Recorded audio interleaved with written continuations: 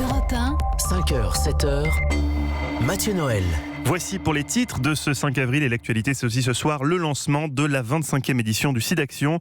Aujourd'hui, le VIH continue de faire des ravages et différents médias, dont Europe 1, se mobilisent tout le week-end pour informer et soutenir la recherche. Bonjour Jérôme André. Bonjour. Merci d'être avec nous en studio ce matin. Vous êtes le président de l'association HF Prévention qui sensibilise les jeunes adultes aux risques liés au VIH. Tout d'abord, puisque visiblement il faut réveiller les consciences, on va commencer par quelques statistiques. Le virus entraîne 6400 nouvelles contaminations par an en France, dont 15% concernent les moins de 25 ans. Et la pire des statistiques, c'est que, contrairement à ce qu'on pourrait imaginer a priori, ça fait 10 ans que ça ne baisse pas. Oui, exactement. Et on assiste aujourd'hui en plus à une reprise des cas de contamination, notamment chez les jeunes et chez les plus de 45 ans. Et on se rend compte que c'est vraiment alarmant, à la fois parce qu'on ne meurt plus du sida et on se rend bien compte que les gens ont oublié la maladie. Donc ça pose un vrai problème. Et puis, les jeunes ne se sentent pas forcément concernés parce qu'on n'arrête pas de leur dire que le sida, c'est principalement donc chez les Africains subsahariens et puis chez les homosexuels.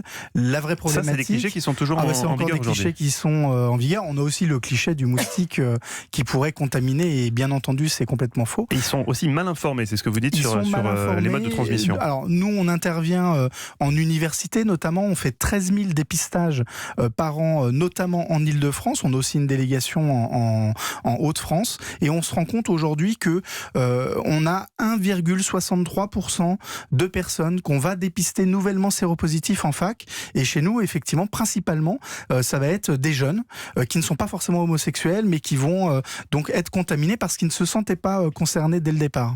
Alors, de mon temps, moi je suis né dans les années 80, la prévention était partout, même je crois à l'école, on en parlait tout le temps. Aujourd'hui, vous estimez qu'on met plus suffisamment de moyens pour cette prévention ?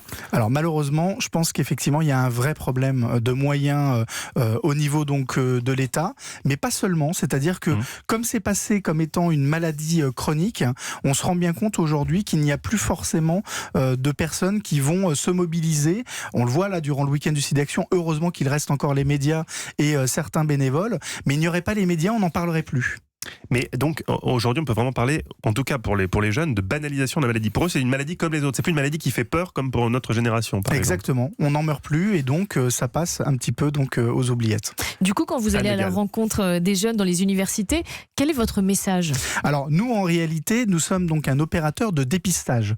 La mission d'HF Prévention c'est d'aller au contact des gens, c'est d'aller vers les gens, de leur proposer donc du dépistage. Ce sont des gens, et moi je le dis souvent à mes équipes, on n'imagine pas mais le matin ils n'imaginent pas eux-mêmes se faire dépister par le VIH et pourtant ils sont concernés et pourtant 1,63% de ces gens vont effectivement avoir un résultat positif, ils vont être séropositifs. Ce qui est beaucoup plus que la moyenne. Ce qui est, pour vous donner un ordre d'idée, d'un centre de dépistage aujourd'hui fait 0,2.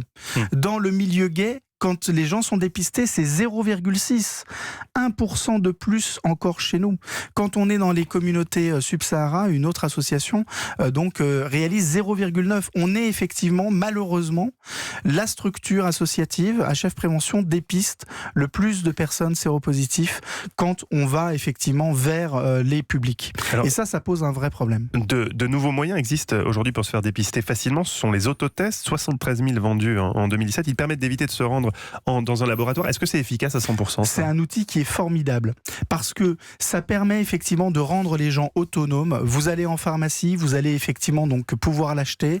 Vous allez donc, ça coûte en moyenne 25 €. Alors, on a beaucoup milité pour que la TVA soit la plus réduite possible parce que c'est un outil de première nécessité. Et puis alors ces autotests, c'est merveilleux parce que on va pouvoir se dépister chez soi, aussi fiable qu'en laboratoire, donc ça c'est important de le rappeler. On va pouvoir se dépister chez soi et on va pouvoir aussi donc amener le dépistage de manière régulière et de manière complètement autonome et complètement ouverte. HF Prévention en diffuse 6 000 par an dans le cadre de Paris sans sida et de Île-de-France sans sida et de la dotation du ministère de la Santé parce que le ministère de la Santé a été le premier à dire que c'était un outil qui était complètement complémentaire de ce qui est fait en laboratoire ou dans les structures associatives.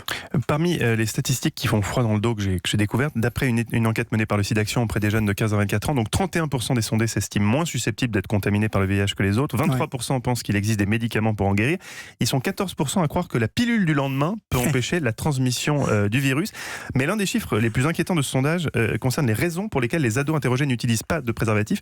La moitié des jeunes de 15 à 17 ans ne sont pas protégés car ils n'avaient pas de préservatif sous la main. Exactement. Donc. C'est-à-dire que on se rend bien compte que l'outil du préservatif, pour eux, c'est effectivement pour ne pas avoir d'enfants. Alors on leur dit, bah oui, mais bon, ça sert aussi sur les maladies sexuelles, pas que le VIH. Hein. Si on regarde les statistiques, actuellement, sur les infections sexuellement transmissibles, c'est une hécatombe. Mais je le dis très sincèrement. Vous avez créé, vous, une application pour trouver des distributeurs de préservatifs les plus proches, par géolocalisation. Exactement. Ça, donc, ça s'appelle TUP. Ça s'appelle TUP. Alors l'idée, c'est effectivement on se géolocalise, on va trouver des préservatifs et des lieux de dépistage partout en France. L'idée, bien sûr, les gens savent où trouver des préservatifs, mais en réalité, si on avait créé une application qui s'appelait Dépiste-toi, les gens auraient eu l'impression que voilà, on prenait des risques, ils prenaient des risques, etc.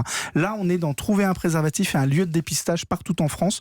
On référence tous les centres de dépistage, qu'ils soient fixes ou mobiles. Notre marraine, c'est Marina Carrère-Dancos, du journal de la santé de France 5.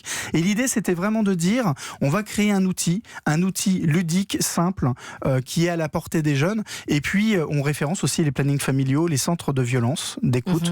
Je rappelle, on parle des violences et des écoutes, mais on a effectivement plus de 15% des jeunes qui sont effectivement aussi violentés sexuellement. Et là, pour le coup, c'est aussi tout alarmant. Merci beaucoup Jérôme André, président de l'association HF Prévention, d'avoir été avec nous. On rappelle que faire un don pour le SIDAction, vous pouvez appeler le 110, envoyer le mot don par SMS au 92 110 ou aller directement sur le site 2019.sidaction.org.